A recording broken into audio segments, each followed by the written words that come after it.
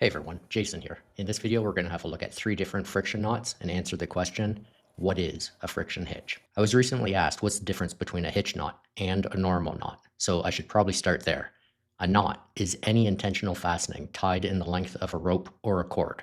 There are a few different categories or types of knots, and those include loop knots, like the bowline, bend knots, which are knots used to tie 2 ropes together, and hitch knots. A hitch knot is a type of knot designed to secure a rope to an object or another rope to hold it in place. Within the category of hitch knots, we find a group of knots that are considered friction hitches.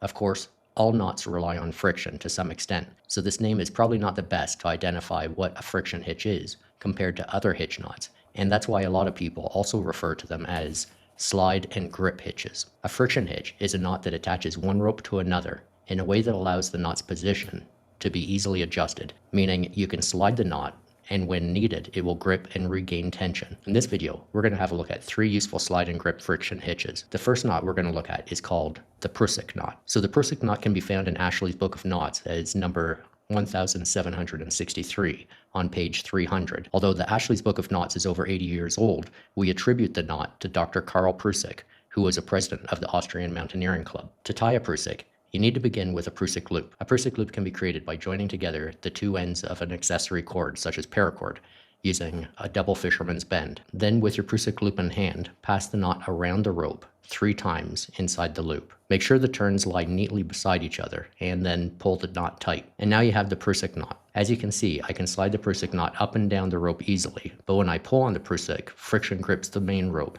and the Prusik holds strong. In this case, the loop gives me something to clip onto. Let's take a look at another slide and grip hitch. But first, I want to tell you about a new project I've been working on. It's called the Knot School. The Knot School is a private community for people who are serious about learning knots. Inside the Knot School, we have exclusive curated content, reduced advertising and spam, an engaged community showing, telling, and helping each other learn, and other membership perks, including discounts and other projects in development. The Knot School will be launching soon, and right now we're accepting a limited number of new members for early admission. You can find a link to the sign-up form in the description of this video and as a pinned comment in the comments below. I hope to see you there. Now let's continue with our friction hitches. I think it's important I mention 2 tips for tying slide and grip hitches. The first thing to realize is that some ropes are very slippery and might not tie or grip very well.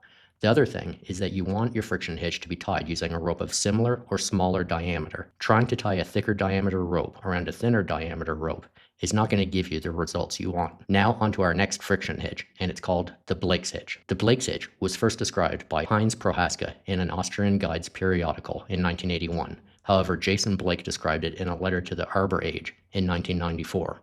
And now it's widely known as Blake's hitch. To begin, wrap your working end once around the main rope, which is our anchor point, and then make a total of 4 wrapping turns. When you've finished your wraps, bring the working end over its own standing part, and then tuck it up through the closest 2 turns, and out through the middle of your wraps, as seen here. Please note that for the purpose of this video, the end was left short, so I could fit everything in the camera frame. For more critical loads or real-life applications, the end should be left much longer. Now we have the basic structure of the Blake's hitch. Be sure the line is cinched nicely and tight onto the main rope. We want to create as much friction as we can when tension is applied to the line, but we still have to do something with the tail end.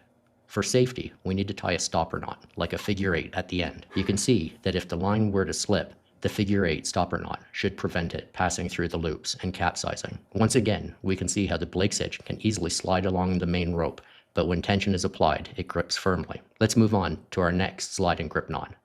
This one is a quick release option, and it's called the Ferguson friction hitch. The Ferguson friction hitch provides a quick and convenient method to tighten a tent ridge line. Once tied, pulling on the end will release the hitch completely. To tie the Ferguson friction hitch, begin by passing the end around your anchor point. Form an underhand loop with the working end, and then pass the loop under the standing part.